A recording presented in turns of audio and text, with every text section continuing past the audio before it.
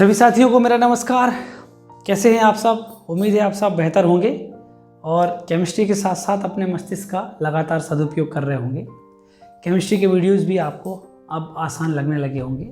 अगर आपको कहीं भी लगता है कि केमिस्ट्री को समझने में कुछ कठिनाई हो रही है तो आप मुझे ज़रूर कमेंट करिएगा। अभी तक हम परमाणु की यात्रा में डाल्टन की परमाणु थ्योरी पढ़ चुके थे, जिसमें डाल्टन ने बताया था कि पदार्थ का सबसे छोटा भाग परमाणु है। उसके बाद हमने पढ़ा था जे थॉम्सन द्वारा इलेक्ट्रॉन की खोज, यानी कि हमें यह पता चल गया था कि परमाणु के अंदर कोई नेगेटिवली चार्ज पार्टिकल है जिसे इलेक्ट्रॉन कहा गया था। चूंकि डाल्टन ये बता चुके थे कि परमाणु उदासीन होता है प्रकृति में, लेकिन जे थॉम्सन ने कहा कि इसमें नेगेटिवली चार्ज पार्टिकल है। इसका मतलब है कि कहीं ना कहीं इसमें कुछ ना कुछ पॉजिटिवली चार्ज पार्टिकल कोई है, तभी ये उदासीन हो सकता है। अन्यथा परमाणु को तो उदासीन होना संभव ही नहीं है, नेगेटिवली चार्ज होना चाहिए। 1879 में इलेक्ट्रॉन की खोज के बाद, यानी कि कैथोड किरणों की खोज के बाद, ये कंफर्म हो गया कि सारे वैज्ञानिक जुट गए उस पॉजिटिवली चार्ज पार्टिकल को खोजने में। और जैसे कि इलेक्ट्रॉन की खोज हुई थी डिस्चार्ज ट्यूब के एक प्रयोग द्वारा, वैसे ही अलग अलग तरीकों से सब करने लगे पॉजिटिवली चार्ज पार्टिकल की खोज अलग अलग तरीकों से। ऐसे ही समय में 1886 में एक गोल्डस्टीन नाम के वैज्ञानिक ने, गोल्डस्टीन नाम भी बहुत अच्छा है, गोल्ड स्टील कर देते तो और अच्छा रहता, गोल्ड और स्टील, बट ठीक है गोल्डस्टीन हो गया। तो गोल्डस्टीन नाम के वैज्ञानिक ने भी एक प्रयोग किया जिसमें उन्होंने एनोड किरणों की खोज की। जैसे कैथोड किरणों की खोज की जिनको इलेक्ट्रॉन कहा गया था, वैसे ही इन्होंने एनोड किरणों की खोज की जिनको बाद में प्रोटॉन कहा गया। इलेक्ट्रॉन की खोज होने के कारण इनकी खोज करने में उतनी समस्या नहीं हुई जितनी कि इलेक्ट्रॉन की खोज में हुई। आइए जानते हैं कि सबसे पहले इनकी देखेंगे कि इनकी खोज कैसे हुई। अगर आपने मेरा प्रीवियस वीडियो यानी इलेक्ट्रॉन की खोज नहीं देखा है तो प्लीज़ उसको देख लीजिए, क्योंकि ये वीडियो उतना बड़ा नहीं होने वाला है। उसको देखने के बाद ये बहुत आसानी से आपको समझ में आ जाएगा। आपने ऐसे ही एक ट्यूब उसमें देखी होगी, एक डिस्चार्ज ट्यूब होती है, एनोड और कैथोड होते हैं। एनोड के ऊपर पॉजिटिव चार्ज, कैथोड के ऊपर नेगेटिव चार्ज, और एक निर्वात नली लगी रहती है जिससे हम इसके एयर के प्रेशर को कम या ज़्यादा कर सकते हैं। इलेक्ट्रॉन की खोज में जो विलियम क्रुक्स ने डिस्चार्ज ट्यूब और सारी कंडीशन अप्लाई की थी, उसमें गोल्डस्टीन ने दो परिवर्तन किए। एक तो निर्वात का जो प्रेशर है वो 10⁻⁻⁻1 mmHg रखा, उसमें 10⁻³ mmHg रखा था, लेकिन इसमें 10⁻⁻1 mmHg रखा। कारण क्या है? इसका अर्थ क्या है? इसका अर्थ यह है कि जितनी इलेक्ट्रॉन की खोज के समय इसमें एयर थी वो बहुत ही कम मात्रा में थी, बहुत कम मात्रा में, बिल्कुल इतनी सी। लेकिन कैथोड की खोज एनोड रेज यानी कि प्रोटॉन की खोज के समय गोल्डस्टीन ने उससे थोड़ी सी मात्रा इसमें एयर की ज़्यादा कर दी। वो हमको अभी बाद में समझ में आ जाएगा कि क्यों ज़्यादा की, क्योंकि इसमें वो पार्टिकल जिनको खोज रहे थे वो मिल नहीं रहे होंगे, जिससे उन्होंने क्या करा कि गैस की मात्रा को कम ज़्यादा किया होगा, और ज़्यादा गैस की मात्रा करने पर उन किरणों की या उन पार्टिकल्स की खोज हो गई। इनने क्या किया कि इसकी हल्की सी मात्रा गैस की इसमें बढ़ा दी। एक चेंज तो ये किया था प्रेशर का। दूसरा इन्होंने ये किया कि इसमें जो कैथोड का उपयोग किया था वो परफोरेटेड यानी कि छिद्रित कैथोड था। कैथोड कैसा था? छिद्रित। बस ये दो परिवर्तन किए, बाकी सब कुछ सेम था। दोनों एक साथ जुड़े हुए थे, यानी एनोड और कैथोड, और उच्च विद्युत विभव यानी कि हाई वोल्टेज, इनको लगभग 10,000 वोल्ट का पावर दिया गया। जैसे ही इनको 10,000 वोल्ट का पावर दिया गया, वैसे जैसे कि कैथोड किरणों की खोज हुई तो कैथोड किरणें यहाँ से यहाँ जा रही थी, जैसे कि हमने पहले देखा था। तो कैथोड किरणें कैथोड से एनोड की ओर जा रही थी, इनको नाम दिया गया था कैथोड किरणें यानी कि इलेक्ट्रॉन। ये क्या थी? कैथोड किरणें यानी कि इलेक्ट्रॉन। ऐसे ही समय में कुछ किरणें एनोड से कैथोड की ओर जा रही थी, एनोड से कैथोड की ओर, इनको नाम दिया गया। जो यहां से यहां जा रही थी इनको नाम दिया गया एनोड किरणें। अच्छा, एक डिफरेंस था इसमें ये कि जब कैथोड किरणों की खोज हुई जो यहाँ से वहाँ जा रही थी वो विजिबल नहीं थी, लेकिन जब एनोड किरणों की खोज हुई तो एनोड किरणें इधर से इधर जा रही थी और वो विजिबल थी, यानी चमकती हुई लाइट उसमें दिखाई दे रही थी। इसके साथ इन्होंने क्या किया कि इस कैथोड को छिद्रित कर दिया, जिससे ये किरणें इसके इस साइड आने लगी और यहाँ एक प्रतिदीप्ति चमकने लगी। यहाँ भी जिंक सल्फाइड के द्वारा उनको पता चल गया कि ये किरणें चमक रही हैं और यहाँ की फ्लोरोसेंट लाइट जैसी चमक दिखने लगी। सो जैसे कि कैथोड किरणों की खोज हुई थी वैसे एनोड किरणों की खोज हुई। लेकिन एक डिफरेंस आपको याद रखना है, वो ये है कि कैथोड किरणें कैथोड से निकलकर एनोड की ओर जा रही थी, लेकिन एनोड किरणें एनोड से नहीं निकल रही थी, यहां से नहीं निकल रही थी, ये यहीं से निकल रही थी, बीच में से। कैसे निकल रही थी आइए जानते हैं। वो ऐसे निकल रही थी कि बीच में एयर पार्टिकल्स थे। अभी हमने बताया ना कि एयर की मात्रा उसके कंपैरिजन में थोड़ी ज़्यादा थी। कैथोड किरणों की बौछार धनाधन यहाँ से हो रही थी, बिल्कुल बंदूक जैसे चल रही थी कैथोड किरणें। तो जब ये कैथोड किरणें यहाँ से जाके इस पर टकराई, यानी कि इलेक्ट्रॉन ये इस पर टकराए, सो इसके प्रेशर के कारण, प्रेशर नहीं, इसके पावर के कारण, इलेक्ट्रॉन के बौछार के कारण इसमें से इलेक्ट्रॉन कैसे आ गए बाहर, और ये हो गया पॉजिटिव चार्ज। जब इलेक्ट्रॉन इस पर टकराएंगे तो ये चार्ज हो जाते हैं, सारे पार्टिकल कैसे हो जाते हैं चार्ज। ये गैसों के जो पार्टिकल हैं, परमाणु हैं, वो आयन में कन्वर्ट हो जाते हैं। इलेक्ट्रॉन इसका निकल जाएगा, ये निकल गया इलेक्ट्रॉन बाहर, बचा हुआ भाग पॉजिटिव, बचा हुआ भाग पॉजिटिव, सभी में से इलेक्ट्रॉन बाहर निकल गए। अब भैया इलेक्ट्रॉन किस ओर जाएंगे, एनोड की ओर, क्योंकि उस पर पॉजिटिव चार्ज है, इलेक्ट्रॉन पे नेगेटिव चार्ज है, तो इलेक्ट्रॉन चले गए पॉजिटिव की ओर। अब क्या बचा पॉजिटिव, तो पॉजिटिव किस ओर जाएंगे, इस ओर। इन्हीं पॉजिटिव आयंस यानी गैस के धनात्मक आयनों को, जो कि एनोड से कैथोड की ओर जा रहे थे, इनको कहा गया एनोड किरणें। यानी कि एनोड किरणें किसकी बनी होती हैं, पॉजिटिवली चार्ज पार्टिकल की, जो कि गैस के आयन थे।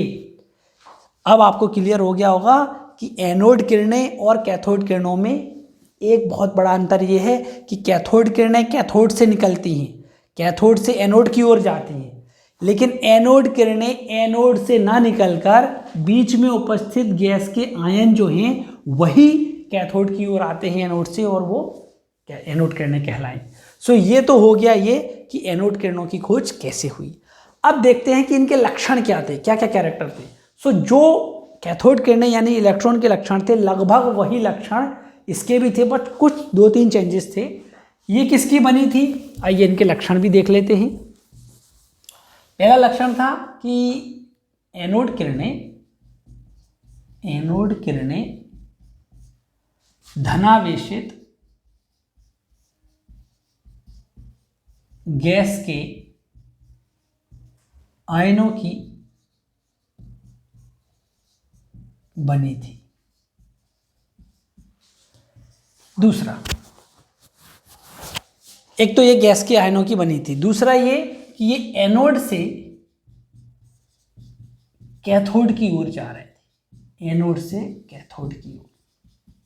कैथोड किरणें कैथोड से एनोड की ओर जा रही थी और ये एनोड से कैथोड की ओर जा रही थी। दो तो इसमें ये महत्वपूर्ण हो गए। तीसरा सबसे महत्वपूर्ण इसमें जो लक्षण था वो ये था कि जब इलेक्ट्रॉन की खोज हुई थी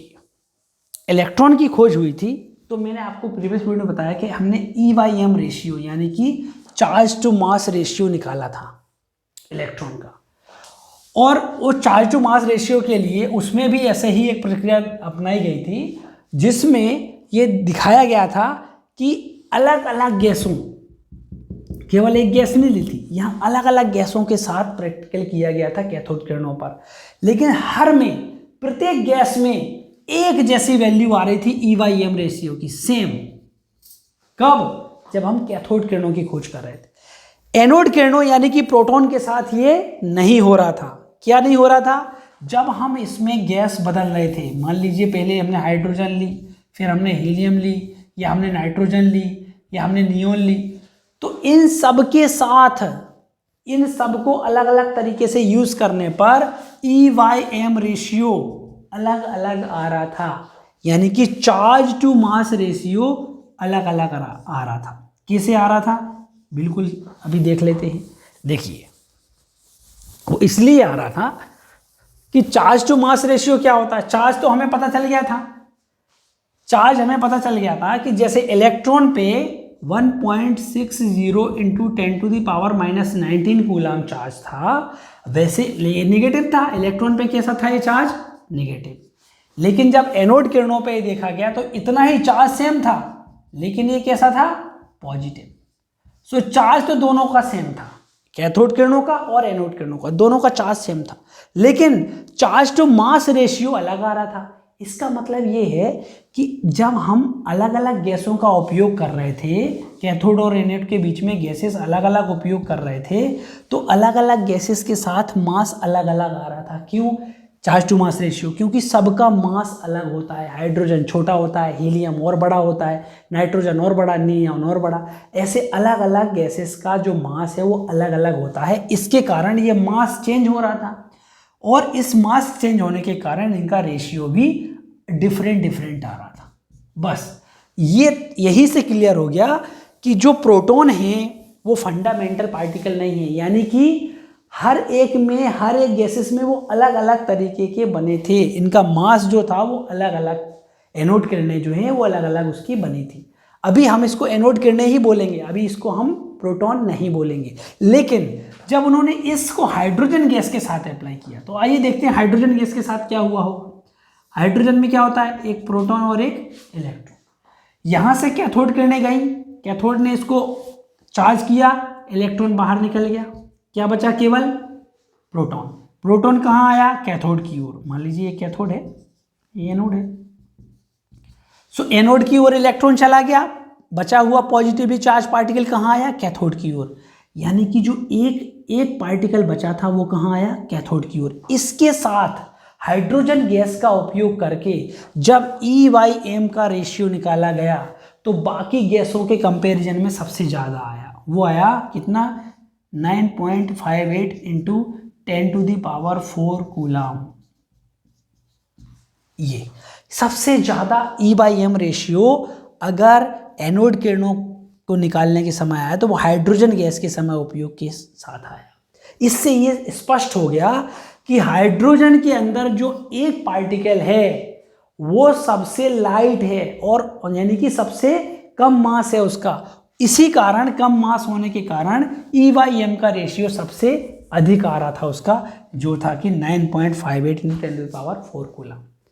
सो इससे ये निश्चित हो गया कि जो प्रोटॉन है उसका E/m रेशियो इतना आता है, इसके ऊपर जो आवेश होता है वो इतना होता है। आइए इसको और स्पष्ट कर लेते हैं। एनोड किरणें जिन्हें बाद में हाइड्रोजन के सापेक्ष में, यानी हाइड्रोजन के सापेक्ष में उसको प्रोटॉन कहा गया। सो इनका आवेश कितना हो गया? आवेश 1.6 इंटू 10⁻⁻19 कूलम, ये हो गया पॉजिटिव। अब आ गया charge to mass ratio E/m, तो 9.58 इंटू 10⁻⁴ कूलम। अब ये दो चीज़ें जब हमारे पास आ गई तो इसकी सहायता से हम इसका मास भी निकाल सकते हैं, क्योंकि E आ गया और E/m आ गया। तो हम E/m आराम से 1.60 इंटू 10⁻⁻19 अपॉन 9.58 इंटू 10⁴ ये करके हम इसका मास निकाल सकते हैं, और इसका मास आया 1.67 इंटू 10⁻24 ग्राम। ये आ गया इसका मास। सो हमें इस तरीके से इसका चार्ज, E/m रेशियो और मास तीनों पता चल गए, और ये डिक्लेयर हो गया कि यही प्रोटॉन है, यानी जो पॉजिटिवली चार्ज पार्टिकल है परमाणु के अंदर इलेक्ट्रॉन के अलावा, वो क्या है? प्रोटॉन, और इसको नाम दिया गया प्रोटॉन। सो ये नाम किसने दिया था? अगर आपको याद हो तो आप मुझे कमेंट बॉक्स में बताइएगा। इससे संबंधित कोई क्वेरी हो तो भी आप मुझे कमेंट बॉक्स में करिएगा। मिलते हैं नेक्स्ट वीडियो में, तब तक के लिए नमस्कार।